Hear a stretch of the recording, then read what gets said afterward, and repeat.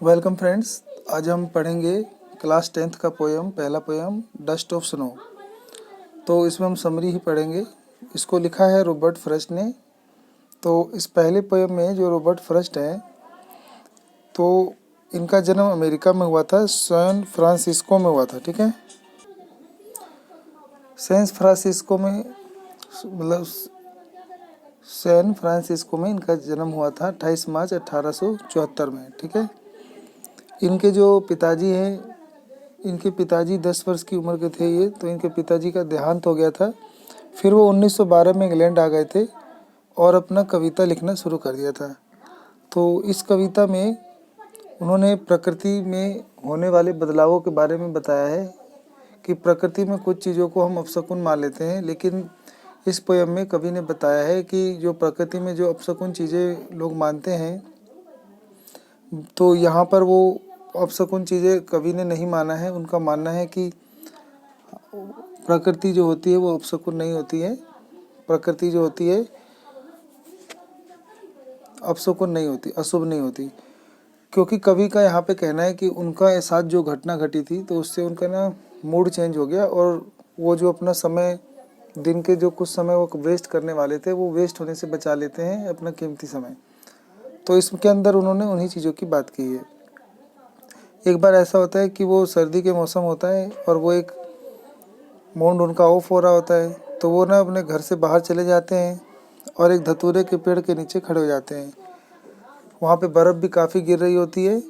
तभी एक जो कौवा होता है वो धतूरे के पेड़ से, धतूरा यानी जहर का एक पौधा होता है, तो उस धतूरे के पेड़ से एक कौवा बैठा होता है उसके ऊपर। वो अपने आप को जब झाड़ता है तो दुहुल, जिसको अशुभ मानते हैं, धतूरे का पेड़ जिसे अशुभ मानते हैं, कौवा जिसे लोग अशुभ मानते हैं, तो उनसे होकर जो चीज़ें हैं वो कवि के ऊपर गिर जाती हैं और कवि का यहाँ पे मूड चेंज हो जाता है।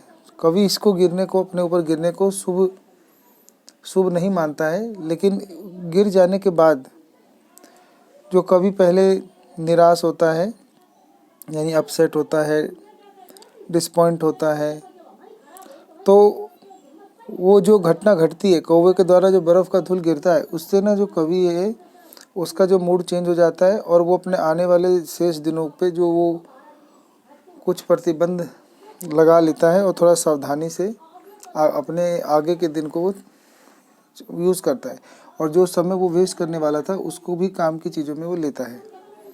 तो पढ़ के इसके बारे में समझते हैं। इन दिस पोयम, इस पोयम में एक कौवा जो था, shakes off some snow dust off the poet who is standing beneath a hemlock tree. Hemlock tree का मतलब यहाँ धतूरे के पेड़ से है।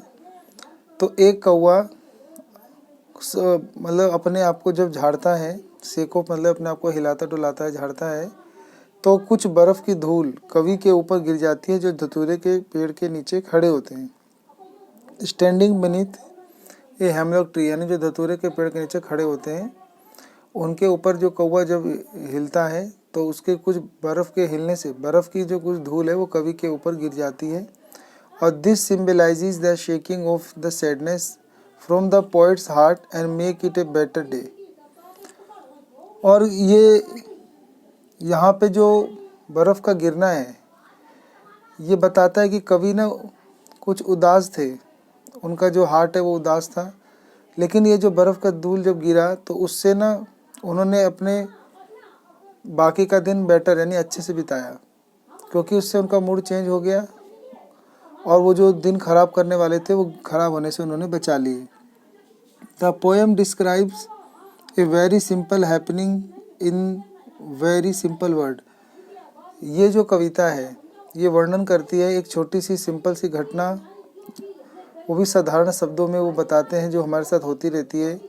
इट टेल अस, ये हमें बताती है कि that sometimes even a small incident में prove to be a large significance, कि कई बार एक छोटी सी जो इंसिडेंट यानी घटना होती है वो हमारे जीवन में एक बड़ा मोड़ ले आती है, या कह लो लार्ज सिग्निफिकेंस, यानी उनका भी काफ़ी बड़ा महत्व होता है।